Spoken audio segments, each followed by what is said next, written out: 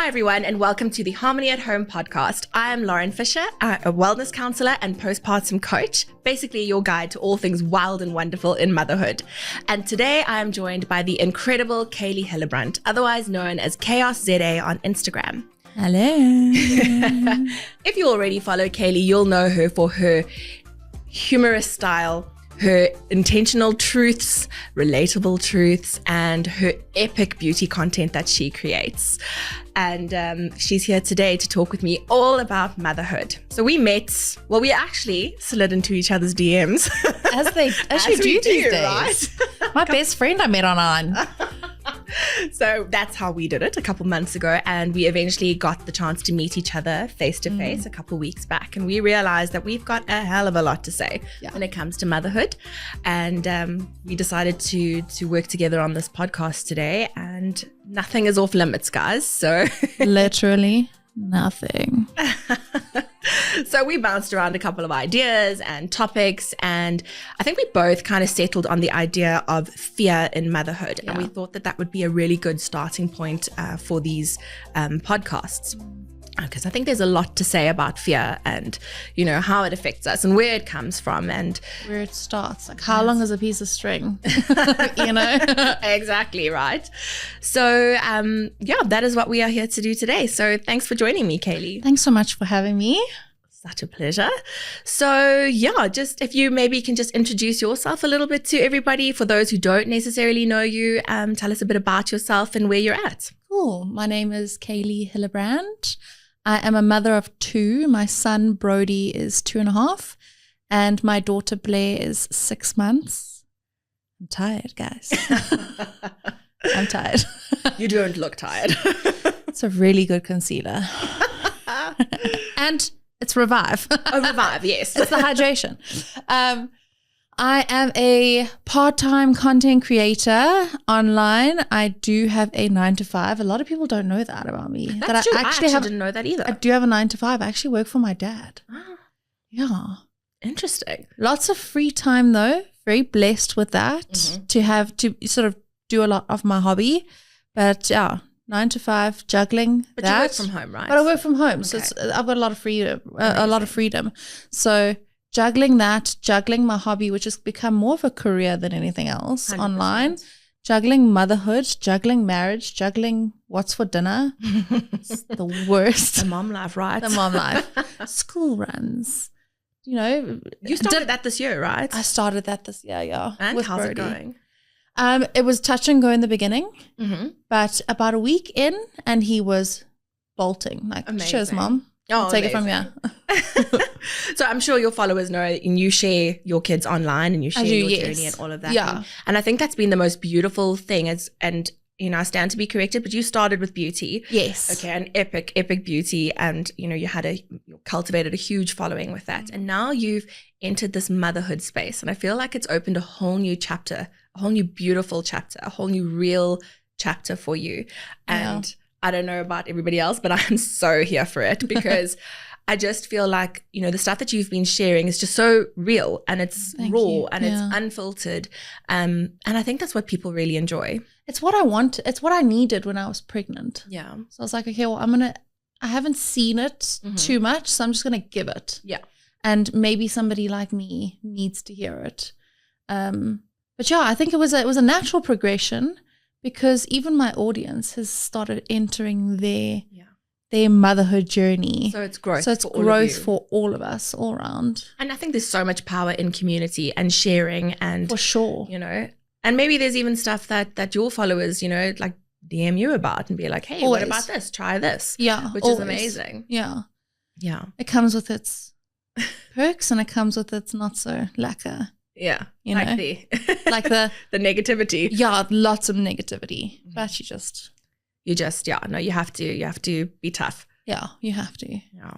So circling back to fear. Yes. And you know, obviously we touched on it and we've kind of bounced around a few ideas, but I wanted to get your perspective on fear and how what it has meant to you, how you've experienced it in your motherhood. So fear, where do I even begin with this one? It's a tough one, right? It is a tough one. Because it's almost, I would say my fear started with my pregnancy with Brody, which was not my first pregnancy. Ah, okay. So we fell pregnant, surprise, surprise, in 2021. And I haven't actually spoken about this on my platform. Oh, wow. Fell pregnant in 2021. And it was like, what? I think the fear started when you're holding the stick in your hand and you're like, oh my word. Reality. I've been trying to avoid this my whole life. And yeah, fell pregnant and went in for our second routine scan, and there was no more heartbeat. Oh, wow. And, had to go in for the DNC and the whole 9 yards. So how many weeks were you at that stage? We were 10 weeks along. 10 weeks, okay. So we went for a scan to make sure that everything was cool, because we were actually struggling to keep the secret from friends. Oh, wow. We were in that stage of our lives where everybody's jawling, everybody's going for drinks, and Kayleigh's no longer, ordering a Corona. And people are like, what's the matter with you? Yeah. It's your boyfriend's birthday and you're not drinking, Hard to keep that, under So we wraps. were like, okay, let's book a scan and make sure everything's fine, and then we will just, we'll just tell everyone. And that's when we got the news. And I think the fear for me started was when I fell pregnant with Brody, and it was pregnancy after loss. Yes. Yeah. That's when every single scan we went to, Marco and I were holding each other's hands, gripping, getting, out of that must have been fear. really traumatic to go through. And I didn't think it was until I realized at my last scan with Brody that every time I went for a scan, I was so terrified that something could happen, because now I knew there was always a chance that something could. Because you'd experienced it firsthand. Yeah. So that's where the fear started, was pregnancy after loss. Yeah. And how have you dealt with that? Or how, like you say, you only came to realize after the fact, at the last scan, that was what you were dealing with? And have you had an opportunity to deal with it and process it? Or I have. It took a while. I did feel a bit betrayed by my own body. Mm-hmm. Yeah. But we put blame on our body. Like, how could you have let me down? How did I do this? What did I do? Did I forget to take a prenatal vitamin one day, Yes, yeah. And I went through the motions, and I just came to realize that my body made a decision for me, and I became more grateful than anything else, because there was something wrong. Yeah. And my body was like, you know what? I don't schmuck this journey for you. Yeah. So, but that's it. It's like leaning into, as you say, leaning into gratitude, trusting. Yeah. I know, things happen for a reason. I mean, you would think I'd treat my body a bit better. I talk to her a bit better instead of like, what have you done? But we don't, though, and that's we the don't. problem. And look what it's done for me. Yeah. Yes. Yeah. See, how few of us actually stop to acknowledge that and go, oh my goodness, you beautiful, powerful machine. You baby making legend, you. Exactly. And I think that's so powerful as well, is to actually acknowledge that, like the strength that we have. But our bodies are so clever. Mm. And I think that was the tough journey, was to change my mindset from that anger and betrayal to just that complete gratitude. Yeah. And like awe. Yeah. Yeah. That's what it and was that's able not to do. easy. No, it's not. How did you do that? Was there for any other moms listening who might be going through the same thing, any tips or like tricks, or or was it just a conscious decision every day to shift the narrative? I think it was a conscious decision every day. It was nothing that I had read or heard, or I never did. I never went to therapy, although I should have. Looking back, I probably should have. Yeah. To actually deal with it. But it was that conscious decision every day, because I actually just started like melting into this idea that my body had betrayed me. Yeah. And it was soul destroying. Mm-hmm. And then when I fell pregnant with Brody, I was like, you can't be in that mindset. Yeah. You've got to move forward for this little baby. Exactly. Yeah. Well, that's quite a journey, and thank you for sharing that with us. And a lot of people don't, like you say, I receive a lot of DMs, and I receive a lot of like questions and, people's stories. And a lot of people think that I don't know from experience. Yeah. Yeah. People just assume. So my having 2 beautiful children triggers a lot of people, not knowing that I have dealt with loss and pregnancy. Yes. I do know. Yeah. And it hurts a lot. Yeah. Because you come across as so happy and confident and I don't want to say carefree because I think that's, you know, I mean, we'll get to that. There's a lot about me being carefree. Yeah. So you come across as that you've got it all together. And I really don't. Who does? Nobody. We're just winging it. If you think they've got it together, I promise you they don't. Yeah. I promise you they don't. So fear is such an interesting concept though, because, you know, as you say, it can start even, you know, preconception, like, you know, if we are planning for a baby and the fears of not being able to fall pregnant. Yes. You know, so it can start even then. And then obviously it just weaves its way through. So then you're pregnant and then you've got all those fears. Like, am I going to be able to carry to term? Is my baby healthy? There's only one of 2 ways this baby's coming out of me. Then there's that fear. Yes. The birthing fear. Yeah, when you come to that fear, it's like, what? Oh my word. There's no way out. There's no way out of this. It must be done. And then it's the fear of, okay, I've got a birth plan. Yeah. What if it doesn't go according to the birth plan? And mine didn't. Whose does? Yeah, exactly. Know? And then that baby is born. And then of course now there's a whole different array of fears that we have to deal with. Like, are they reaching their milestones? You know, are they stimulated enough? Am I doing enough? Am I enough? Am I giving enough? Am I Do you know what enough? I found the biggest trigger of my fear in motherhood was? The books. The courses. the ebooks, the guides, the apps telling you what your baby should be doing. And it was actually during my pregnancy that I realized that was giving me the most anxiety about motherhood. It's like information overload. For sure. And some people thrive on it. Totally. They love information. Give me the basics. Yeah. And I'm going to fill in the rest. And the catalyst of that was my dad. Really? And he doesn't even realize. I love that. He said to me, he's like, what if your baby comes out and they don't do what the book says they should? Then what? Then what are you going to do? What are you going to do? And that was when I was like, I'm winging it from here. Yeah. I've got the basics and we're going to just suss each other out. Yes. And then Brody came out and he was like, I know you. You know me. We got this, bro. We got this, Mom. There's going to be good days. There's going to be hard days. Yeah. And everything in between. And I think it was not holding on to this idea that my baby should be doing this and that's the milestone and this is the box that they fit into and they cannot deviate from that. Yeah.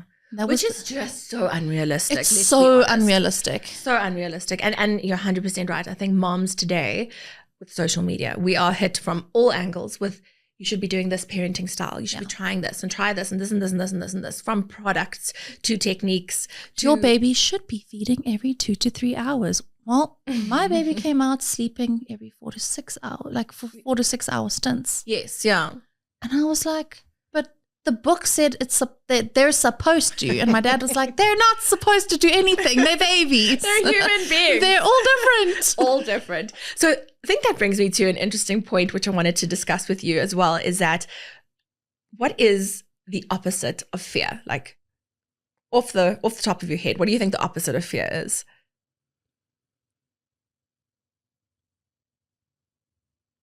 It's just being at peace with whatever happens, riding the wave. Yes, yeah. That's for me. I ride the wave every day. But this is it. Yeah. But I also think in order to do that, you need trust. Yeah. Trust in yourself. Trust in your abilities. Oh, yeah. Trust in your mothering instinct. So I think a lot of people might also say that bravery is the opposite of fear, because if you're brave, you live without fear. But in truth, I think the opposite of fear is trust and being at peace with who you are, your capabilities, and, you know, knowing that you've got this. Like, you know, and I know mothering instincts vary from person to person, of course. Some are more, you know, maternal than others. I never thought I was maternal. And then that baby arrived. And you're like, and then that baby arrived. You know, we vibrate. I love that. So I think it's something that we've lost with this information overload, with the books, with the apps, and, you know, the various classes and all these things. And the idea of how it should happen. Like, I had this preconceived notion that this baby would come out and it would be like that scene from Twilight when Jacob imprints on their baby. And they're like, comparison. and they just picture their whole future together. And it's just, it doesn't happen like that. No. You don't imprint on your baby. You don't like, that bond is not immediate. Yes, yeah. And it comes over time. I think by the time I left the hospital, I was like, okay, no, I vibe this dude. Yeah. I can do this. Yeah. And there are some mothers who walk into it and they don't get that instant bond and they think, oh my God, what have I done? Of fear unlocked. What have I done? What do I do? Yeah. How do I? And it creates more anxiety, more stress around the situation, and more distrust in the fact that they don't got this, but they do. Yes, yeah. So it's all about, and easier said than done in those early days, 100%. But leaning into trusting yourself, trusting the process. Oh, it's so hard. It is so hard. It is really hard. And I don't think anybody can ever really explain that to you, you know. Especially if you've never done it before. Yeah. You've never actually raised an entire human being that you created and sculpted in your body from scratch. Yeah. And now you must just you must make it a complete. Every month you go and you get a scan while you're pregnant, and your gynae's always checking in on you, and you feel the support, and you're like, everything's great. Baby comes out, sharp. I'll see you in 6 weeks. Yeah. Off you go. Good luck.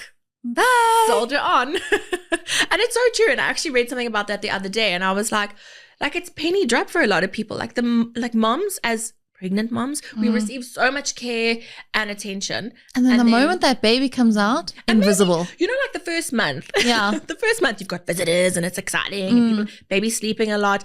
I often find with my moms, it's once baby's about 4 to 6 weeks. Novelty wears off. The visitors are dropping off. The prepared meals are maybe all eaten through, and, reality is now setting in, and it's like, oh. And they have time to sit with these feelings, these fears. And that's where you see a lot of the, wait, what's going on? The fear of how your life has actually changed, because these visitors are not actually coming to see you. They're coming to your house, but they would literally walk straight past you and beeline for that baby. Beeline. Both my pregnancies, I've got to be grateful and give credit where credit is due. My parents walked into that room once babies were born and beeline straight for me. Can I tell you that hasn't changed in my life? My mom will phone and she'll be like, how are the kids? How am I?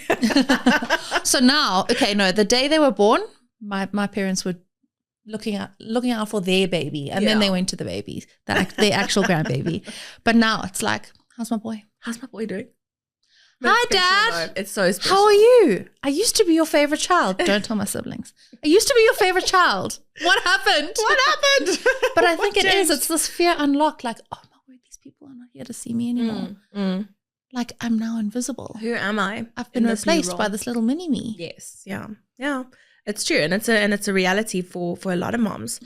But fear is we talk about it as being negative, but it is also helpful. It is a helpful tool. We just need to sort of lean into it. It obviously, it's a biological response in our bodies. So when we feel fear, all these stress hormones are released, and, it's that fear, flight, I'm going to get this wrong, fight or freeze response is activated in the body. And it's like that whole analogy we hear, like if a tiger were to walk into the room with us right now, the same, we would obviously be scared. Fear would be, activated.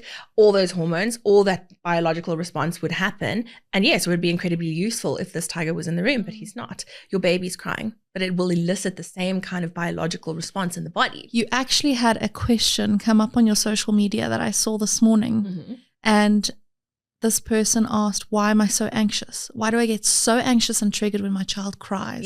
Yes, yeah. It is your biological response to nurture. Yes, yeah. So the moment you can sense that your child needs you, it's like, I'm there. Yeah. So it's all those reactions in the body that are taking place. So it's literally biological. So when you experience fear, you are not failing. No. You are human. Welcome to motherhood. Welcome to motherhood. Yeah. That instinct you thought you didn't have? That's what it is. That's it. But the trick lies in discerning between what is real and what is not. So when I mean that, I mean like Is it a real fear to have your babies crying? It's eliciting a stress response, yes. But do you need to be fearful of it? No. You know what to do. Again, leaning into trust. I know what to do. I know how to soothe him. I know what, he needs in this moment. And I think that, we don't have to be controlled by our fear either. So yes, it is there to warn us of dangers, of things to be concerned about, but it doesn't need to run the show. No. You get to run the show. Actually. No, exactly. Because like for the longest time, your baby doesn't actually realize that you guys are separate entities. Yes. So when they're crying out, all they need is you. And to realize that you have that much power. Like, come now. Pretty hardcore, bro. That's pretty cool. The power of mothering. Oh, my word. The power and the beauty. But, when you are fearful, do you have those moments? Always. Still? Okay. When I've gone through something new, if I've experienced something with Brody and Blair's now doing it, it's like, it's everything's time fine. round. Second time round. Oh, shame. Poor second child. Second child syndrome is real. It's real.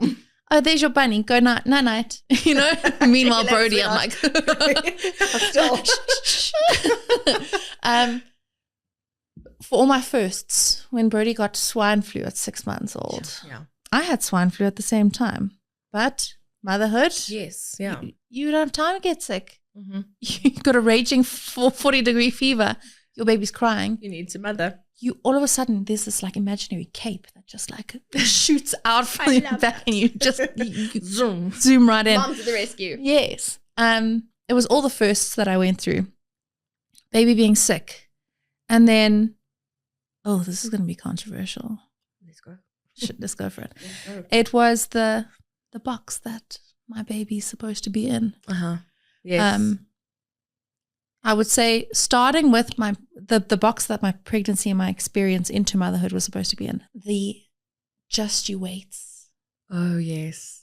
Oh, you think you're tired now? Oh, just you wait. Just you wait. Oh, you think My sister-in-law actually wrote me a poem because I was actually getting so triggered by these just you waits. Oh, wow, yeah. She wrote me the most beautiful poem. I'll send it to you. And it basically switched the narrative of like, just you wait until that child looks at you for the first time. Just you wait until you see that smile.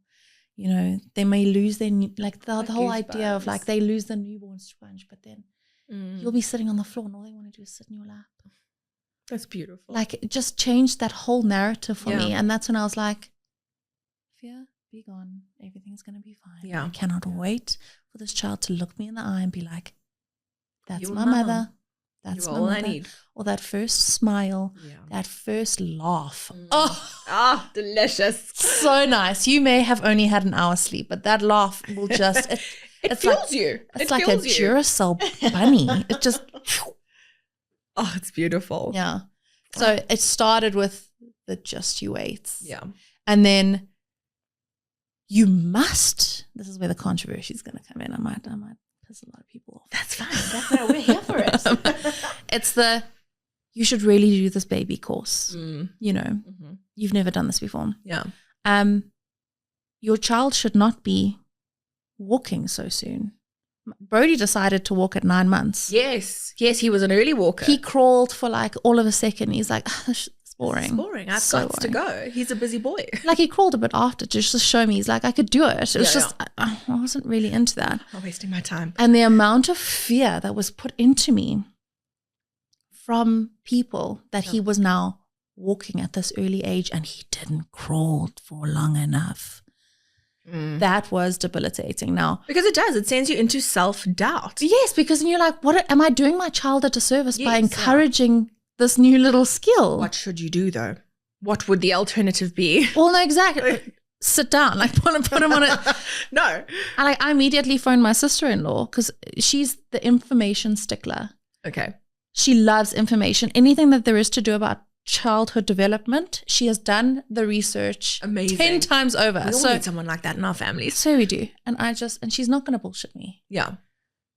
Is it bad that Brody's walking? No, he's amazing. This is so you get that gratification elsewhere. It's not per the book, per but se. it's not by the book. Yeah. And it was something that my dad had said that I mentioned in the beginning. He said to me,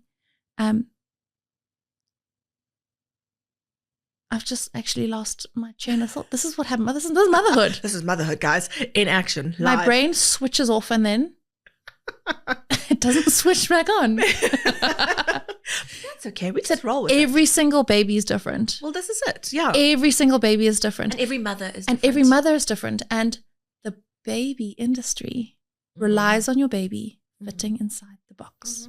Yep. And when your baby doesn't fit inside the box. Yeah. Then what? Then what? Then what? I feel like there's a vast majority, I won't say the entire industry, there's a vast majority of the industry that relies on a mother being fearful.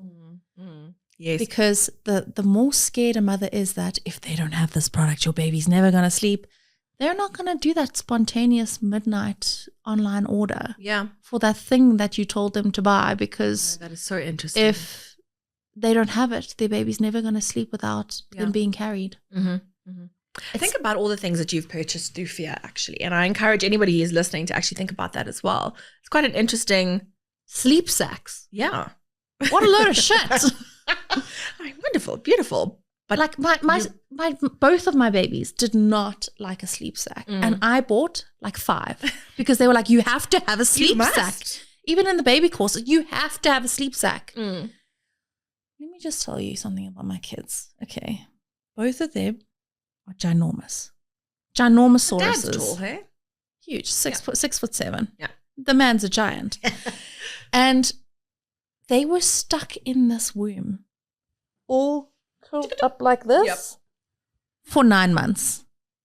Now they must come out into the world and I must put them back in there.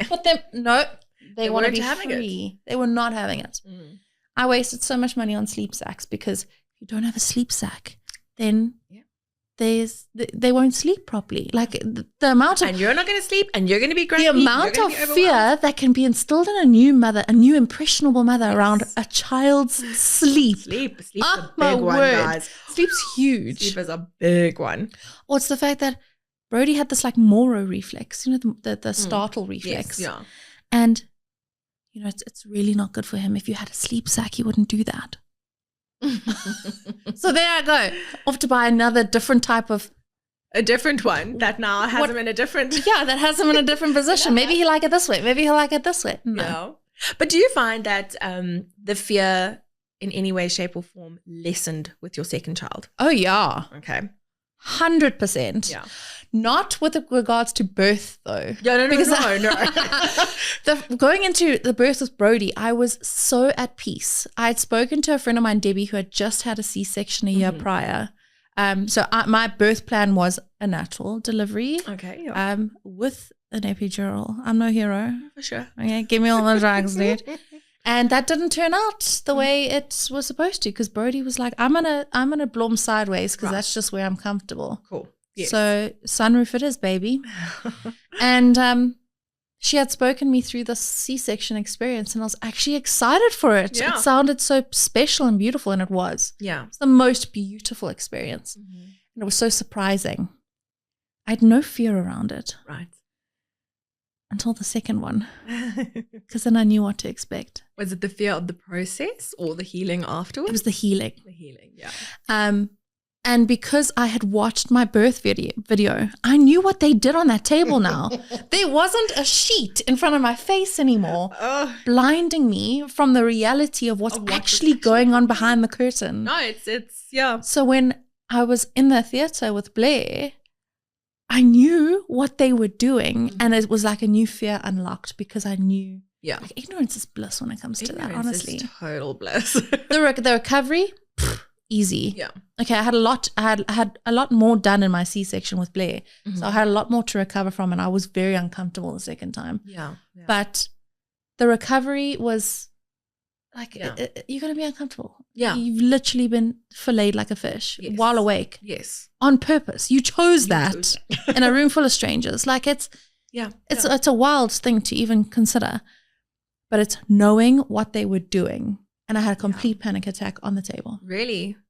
And they were like, look down. I was like, no, thank you. I cannot. I don't want to see blood. I don't want to see anything. I had a similar experience when I had the boys again. It was that like blissful ignorance, not really knowing, fearful as all hell. literally, guys, I was convinced I was going to die. Really? I was so scared. I was like, what if something goes wrong? Oh, I mean, a twin pregnancy is generally a high-risk pregnancy, right? Everyone was telling me it was okay. Like, don't worry. It's nothing. It's okay. And it just wasn't working. And it wasn't working. And I think that's, while we're on that point, I want to talk about validating fears, because how do you deal with the fear? So it may seem irrational to you, but it's very real to me. Yeah. Really real to me. And I think one of the worst things that people can do is invalidate that fear. When I say invalidate, I mean, oh, don't be scared. Dismiss. It's nothing. Whatever. It's like when you, You why are you worried? It's the same thing with your kids. Like when Brody eventually, I don't know if he's sleeping in his own room yet. Yes, yeah. Is he? Great. I mean, he does occasionally come and sneak in for a snuggle, but that's not going to last forever. So exactly. Come on. We embrace it. But say he turns around and says to you, he's scared of the dark. You're not going to tell him, any rational mom is not going to tell him, it's nothing, just, ignore it. It's fine. Just go to sleep. No, I'm going to tell him I get scared of the dark too sometimes. You're going to validate it. Yeah. You're going to say, yes, I know that you're scared. You're going to explore it with him. Why are you scared? What's making you scared? But also, I get scared too. Yes. Yeah. I'm the adult here. Yeah. But I also get scared. True. So you're okay. It's okay. It's normal. Mm-hmm. And so it's recognizing the fear, working through why. So why are we scared? Oh, you're scared because maybe there's a scary shadow on the wall. Or you're scared because, well, maybe it's just too dark. Okay, so problem solve. We're going to get you a nightlight. And I'm using that example just because it's so easy in our minds, but we don't seem to do it for ourselves as adults to talk through that fear. So you're scared of childbirth. It's totally normal to be scared of childbirth. Everybody is to some degree scared of childbirth. What are you scared about? So if somebody is, let's say you got two girlfriends chilling, having coffee, and the one is pregnant, she is terrified of childbirth, and she's voicing her fear to her friend. How would you recommend the friend responds? To listen non-judgmentally. We listen and we don't judge. Love it. And truly though, listen. And I mean really listen and actively listen and ask the questions. Help them work through what it is that they are fearful of exactly. I'm scared of childbirth. What about childbirth? What about this is making you scared? Okay, it's these three things. Let's speak to the doctor about it. If it's medical, concerns, let's get you a midwife who's going to be there to hold your hand because you're worried maybe that your husband's going to freak out with, all the blood or, so it's validating, exploring the why and problem solving around it. And realizing also, acknowledging rather, how that friend responds to things. Are they a stickler for information? Because then you whip out the facts. Yes. That's when you go, ChatGPT, come through for me. The birthing facts. Yes. Yeah. So and I think that's it. I think it's just supporting people, supporting pregnant women, supporting your postpartum friends. I think postpartum friends. Yeah. And that's fear is most prominent in our postpartum moms in those early days. So those first 1,000 days. I mean, that's quite long and quite broad. But fear, like we said earlier, fear can start right from preconception all the way through. And as your child grows, as you grow, so that fear grows. So it's really important to be mindful of it, to get on top of it. And another thing as well is, and I think you mentioned it earlier, when we are in the fearful space, we're not in the present moment. Yeah. We're in the future. Yeah. We're in the what if space. Yes. What if? I was in that when Brody was going to school. Yeah. What if he falls and I'm not there? Yeah. What if he doesn't make friends? I would literally sit in the bath, chunking. Kim Kardashian, ugly, crying. My actual physical heart would be sore thinking of the what ifs. Yeah. What if this child doesn't make friends? What if the kids don't want to play with him? Yeah. And it's like this fear I created of school, and he loves it. He's none the wiser. He has no fear. He doesn't have the fears that I do. Yes. Yeah. And then that unlocks a new fear. What if I project my fears onto my children? Yeah. Which is why it is so important to be conscious and intentional when it comes to dealing with your fears. Yeah. And like we were saying just now, so working through those steps. So you can do it with yourself as well. So validate your own fears. Like, I am scared right now and it is okay. Yeah. Am I being rational? Yeah. Is this real? is this rational, or am I going worst case scenario? And if you can rationalize it with yourself, cool. Okay, so he might not make friends on the first day, but he's a social guy. I've seen him out at, other playgrounds, and he does make friends fairly easily. He's going to be okay. Yeah. Okay, then what actionable steps can I make? Okay, maybe I'm going to make friends with another mom there. I'm going to try so that we can arrange a play date. So I think that's really important. But also circling back to that, the what if space. Yeah. So obviously you're not in the present in that moment. You're in future. My husband gives me crap about it all the time. It's like, you're worrying about something that's never happened. Stop. So important to do in those moments is, and it's going to sound wishy-washy, but I'm just going to say it anyway, is grounding. Yeah. And it is so different for so many people. And grounding, like taking your shoes off and standing outside on the grass, kind of grounding. People think it is, right? But yes, and to a certain extent, yes, that's what a lot of people do. But it's simply bringing yourself back into the present moment. And what works for me may not work for you. But one of the techniques that I like to use and I share with my postpartum moms is the 5, 4, 3, 2, 1 technique.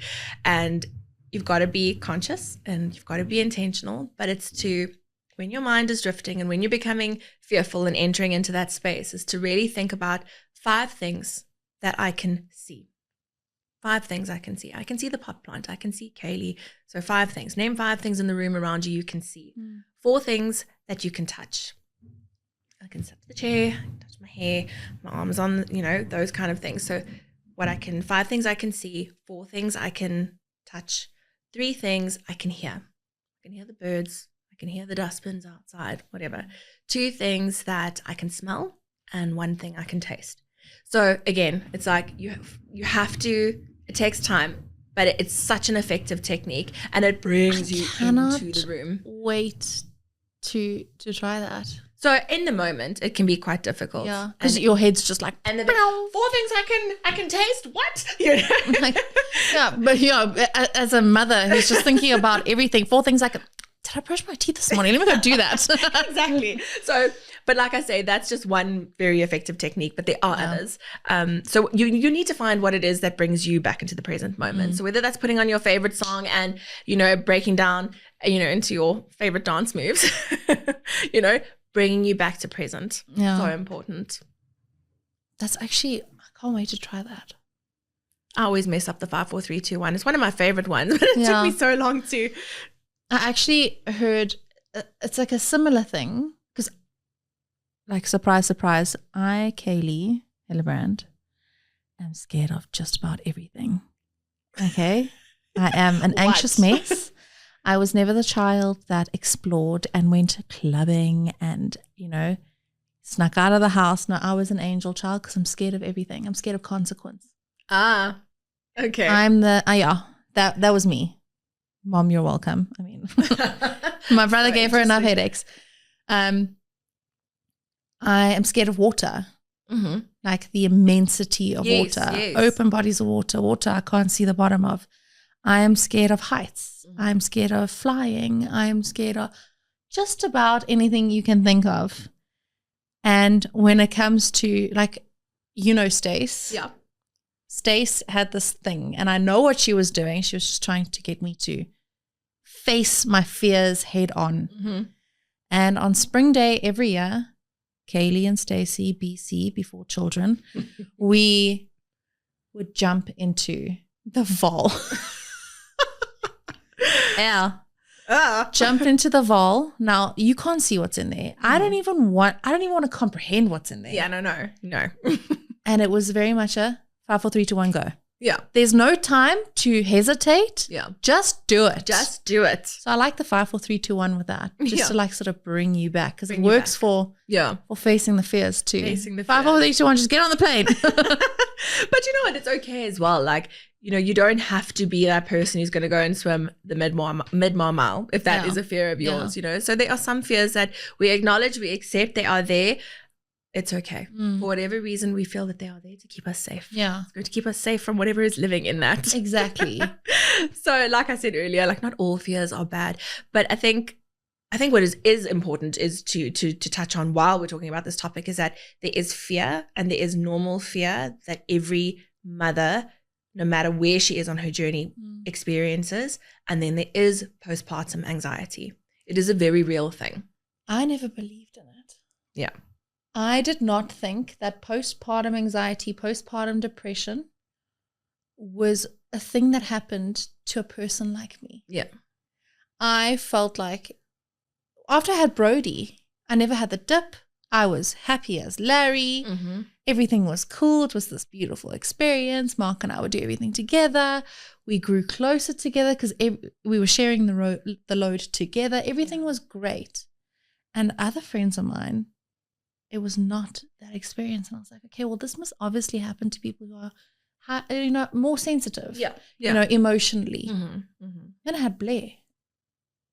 And I was like, oh, no, this it does not discriminate. It does not. No. So that is also, we have to acknowledge that it is a very real thing. And it's so interesting that you've had both experiences. You've had it without, and now you've had, an element of the postpartum anxiety. And that. So just to be mindful of the differences is that normal fear will ebb and flow. You're able to ease it. You're able to work with it, rationalize it, as I said. Whereas postpartum anxiety, it's constant. You're constantly on the edge. You have physical responses, nausea, vomiting. You don't want to leave the house because you're scared to drive with a newborn baby. Exactly. Starts to impact your everyday life. And that is where the difference lies. So, fear is real. But if you feel that you are but delving into the postpartum anxiety, then, obviously that needs attention, and you should go and see your medical team to discuss that, because there is help. There is help, and there is no shame in it. Yeah. But that's also another thing. I feel like people they are so embarrassed. Yes. Because you've just given birth to this beautiful creature, and how blessed are you? And now you go, whoopsie. How could you possibly? How could you be? But why are you so sad? There's nothing to be sad about. Nothing to be sad. I know. I can't help it. I can't help it. I don't even know why I'm sad. And I think that's such an interesting topic as well. And maybe for another chat is the shame that we have with certain elements of motherhood. Oh, the judgment. Judgment. But I think we've touched on everything that is fairly relevant. And of course, if anybody has anything that they want to chat to us about and share their stories of fear with us, then please do, because we would love to hear it. Yeah. But just thank you for being so open with your experiences. Sure. And it's just, like I said, like this whole new chapter that you are on is it's so amazing and so incredible to watch how you are embracing motherhood. Thank you. And we know it's not easy. No, it's not. But if you are like me, who's more anxious with information, becomes more anxious with like the information overload. I had to quit a lot of the courses before I became a mother to Brody, because it was just too much and it made me scared. Yeah. It's normal. Switch off. You got this. Ride the wave. You will figure each other out. Yes. I promise. And lean into trusting yourself. Yeah. Your mothering instincts. They are there. And it's just I'm not a maternal person. Yeah. But I mean, you know what to do, right? But Brody came along and I was like, yeah. Oh no, I've known you for years, bro. I don't know what it was, but I just knew this dude. I love that. And I'm not a maternal person at all. I was not. I was terrified to have a human baby, thinking that I was not a maternal person. Yeah. It kicks in. Yeah. And it's not like it's a slow, steady. And every now and then I would notice things that I did just instinctively that would work. And I was like, oh, look at that. Okay, yeah. But switch off. Yeah. You don't have to do the courses. You don't have to read the books. Yeah. You got this, bro. Promise. So thank you so much for today, Kayleigh, and thank you to all of you who are listening and who are watching. We are so excited to share our thoughts with you about these topics, and so excited to journey on this even further. Yeah, I'm excited about it. What do you guys want to talk about next? Yeah, what do you want to talk about next? Let us know. I love the idea of chatting about judgment. Yeah, I think judgment that's a really is nice one. Yeah.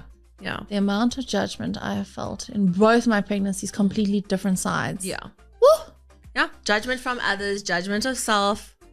Huge. Let's unpack it. So let's unpack it. I will put both our Instagram handles in the comments. And yeah, we will look forward to hearing from you guys. Otherwise, thank you for tuning in and have a beautiful day. Bye. Bye.